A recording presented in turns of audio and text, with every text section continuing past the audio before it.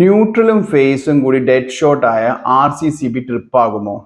ഒരു സബ്സ്ക്രൈബർ അയച്ചു തന്ന ചോദ്യമാണ്. ആദ്യം തന്നെ ഈ ഉത്തരത്തിലേക്ക് കിടക്കുന്ന മുന്നേ നമുക്ക് ബേസിക് ആയിട്ടുള്ള കാര്യങ്ങൾ ഒന്ന് ചെറുങ്ങനെ ഡിസ്കസ് ചെയ്തിട്ട് ചോദ്യത്തിന്റെ ഉത്തരത്തിലേക്ക് പോകാം. Hi, myself Amrit Shishir, MEP consultant. Welcome to our channel Shishiram engineering service. ആദ്യം തന്നെ ന്യൂട്രലും ഫേസും കൂടി ടച്ച് ആവുക എന്ന് പറഞ്ഞു കഴിഞ്ഞാൽ ഡെഡ് ഷോർട്ട് സർക്യൂട്ട് ആണ്. അതായത് ഒരു 0 വോൾട്ടും 240 വോൾട്ടും കൂടി ടച്ച് ചെയ്യുമ്പോൾ അവിടെ ഇത്രയും 0 റെസിസ്റ്റൻസ് വരുമ്പോൾ വെരി ഹൈ കറണ്ട് പാസ് ചെയ്യുന്നു. ഇവിടെ ട്രിപ്പ് ആവുന്നത് ഷോർട്ട് സർക്യൂട്ട് ആണ് സംഭവിക്കുന്നത്. നമ്മൾ ആദ്യം തന്നെ ഇതിനു മുന്നേ ഒരുപാട് വീഡിയോകൾ ഡിസ്കസ് ചെയ്തിട്ടുണ്ട്. RCCB ചെക്ക് ചെയ്യുന്നത് ന്യൂട്രലും ഫേസിലൂടെയും പോകുന്ന കറണ്ട് ഈക്വൽ ആണോ അല്ലയോ എന്ന് മാത്രമാണ്. ഈ ഷോർട്ട് സർക്യൂട്ട് സംഭവിക്കുമ്പോൾ ഫേസിലൂട്ട് വരുന്ന കറണ്ട് തന്നെ ന്യൂട്രലിലോട്ട് തിരിച്ചു പോവുകയും ചെയ്യും. അവിടെ ഷോർട്ട് സർക്യൂട്ട് സംഭവിക്കുമ്പോൾ റെസിസ്റ്റൻസ് കുറവായതുകൊണ്ട് ഹെവി കറണ്ട് ഫ്ലോ ഉണ്ടാവുന്നേ ഉള്ളൂ.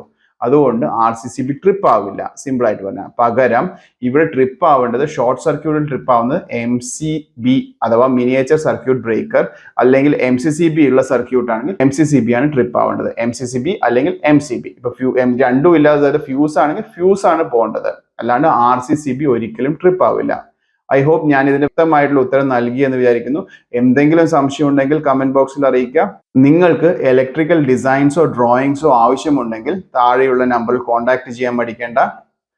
നിങ്ങളൊരു പുതിയ വീടോ ബിൽഡിങ്ങോ ഒക്കെ എടുക്കുമ്പോൾ വൃത്തിയായിട്ട് ഇലക്ട്രിക്കൽ ഡിസൈൻസും ഡ്രോയിങ്സും വരച്ച് പ്ലാൻ ചെയ്തുകൊണ്ട് തന്നെ പ്രൊജക്റ്റിലേക്ക് മുന്നോട്ട് പോയാൽ ഒരുപാട് കോസ്റ്റ് സേവിങ്ങും അതേപോലെ തന്നെ റീവർക്കും ഒഴിവാക്കാവുന്നതാണ്. പിന്നെ സേഫ്റ്റിയുടെ കാര്യം പറയേണ്ടതല്ലോ, വളരെ ഇമ്പോർട്ടൻ്റ് ആയിട്ടുള്ള കാര്യമാണ് സേഫ്റ്റിയും. ശിശിരം എഞ്ചിനീയറിംഗ് സർവീസ് നിങ്ങളുടെ പുതിയ വീടിൻ്റെയോ കൊമേഴ്ഷ്യൽ ബിൽഡിങ്ങിൻ്റെയോ അഥവാ ഫാക്ടറിയുടെയോ ഇലക്ട്രിക്കൽ ഡിസൈൻസും ലേഔട്ട് ഡ്രോയിങ്സും ചെയ്തു കൊടുക്കുന്നതാണ്. സിവിൽ ഡ്രോയിങ് നമുക്ക് അയച്ചു തന്നു കഴിഞ്ഞാൽ നിങ്ങളുടെ ആവശ്യങ്ങൾ നമ്മളായിട്ട് ഡിസ്കസ് ചെയ്ത് കഴിഞ്ഞാൽ നിങ്ങൾക്ക് ഇലക്ട്രിക്കൽ ഡ്രോയിങ്സ്, അതിന് പ്രത്യേകിച്ചും അതിൻ്റെ ലേഔട്ട് ഡ്രോയിങ്സ്, ലൈറ്റും ഫാനും അങ്ങനെയുള്ള സോക്കറ്റ്സും ഏത് പൊസിഷനിൽ വേണം എന്നുള്ള കാര്യം, അതേപോലെ തന്നെ അതിൻ്റെ കോൺഡ്യൂട്ട് പൈപ്പിൻ്റെ ലേഔട്ടും സർക്യൂട്ട് വയർസിൻ്റെ ലേഔട്ടും DB ഡിസൈൻസും, അതേപോലെ തന്നെ DBയിലെ സ്വിച്ച് ഗിയർ ഐറ്റംസും പ്രൊട്ടക്ഷൻ ഡിവൈസസുകളുടെയും സ്പെസിഫിക്കേഷനും സൈസും കൃത്യമായി മെൻഷൻ ചെയ്തിരിക്കുക. അതായത് MCBയുടെ സൈസിങ്ങും യൂസ് ചെയ്യേണ്ട കേബിളിന്റെ സൈസിങ്ങും, അതുപോലെ തന്നെ RCCB, SPD, ലൈറ്റ്നിങ് പ്രൊട്ടക്ഷൻ, ആവശ്യമുള്ള എല്ലാ പ്രൊട്ടക്ഷനും കാര്യങ്ങളും എന്തെങ്ങനെയാണ് എവിടെയൊക്കെയാണ് കൊടുക്കേണ്ടത് എന്നൊക്കെ ഡീറ്റെയിൽ ആയിട്ട് ഡിസൈൻ ചെയ്ത് തരുന്നതായിരിക്കും. അതുകൂടാതെ തന്നെ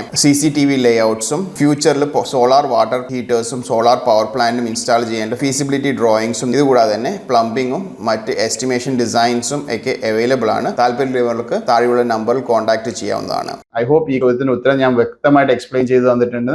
എന്തെങ്കിലും ഡൗട്ട് ഉണ്ടെങ്കിൽ കമന്റ് ബോക്സിൽ അറിയിക്കുക. നിങ്ങൾ ഇനി പുതിയ വീടോ ബിൽഡിങ്ങോ ഒക്കെ എടുക്കുന്ന ആൾക്കാരാണ്, ഞാൻ നേരത്തെ പറഞ്ഞ പോലെ വൃത്തിയായി ഡ്രോയിങ്ങും മറ്റും വരച്ച് ചെയ്യാൻ ശ്രമിക്കുക. ഡ്രോയിങ് എന്തെങ്കിലും ആവശ്യമുണ്ടെങ്കിൽ താഴെയുള്ള നമ്പറിൽ കോൺടാക്ട് ചെയ്യാവുന്നതാണ്. ഇലക്ട്രിസിറ്റിയും ഇലക്ട്രിക്കൽ എക്യുപ്മെന്റിനെയും പറ്റി കൂടുതൽ അറിയാൻ ഈ ചാനൽ സബ്സ്ക്രൈബ് ചെയ്യുക. പുതിയ വീഡിയോകൾ അപ്ലോഡ് ചെയ്യുമ്പോൾ നോട്ടിഫിക്കേഷൻ കിട്ടാനായി ബെൽ ബട്ടൺ ഓൾ എന്ന് പറഞ്ഞ് പ്രസ് ചെയ്യുക. പുതിയ വീഡിയോയുമായി വീണ്ടും കാണും വരെ ഗുഡ് ബൈ.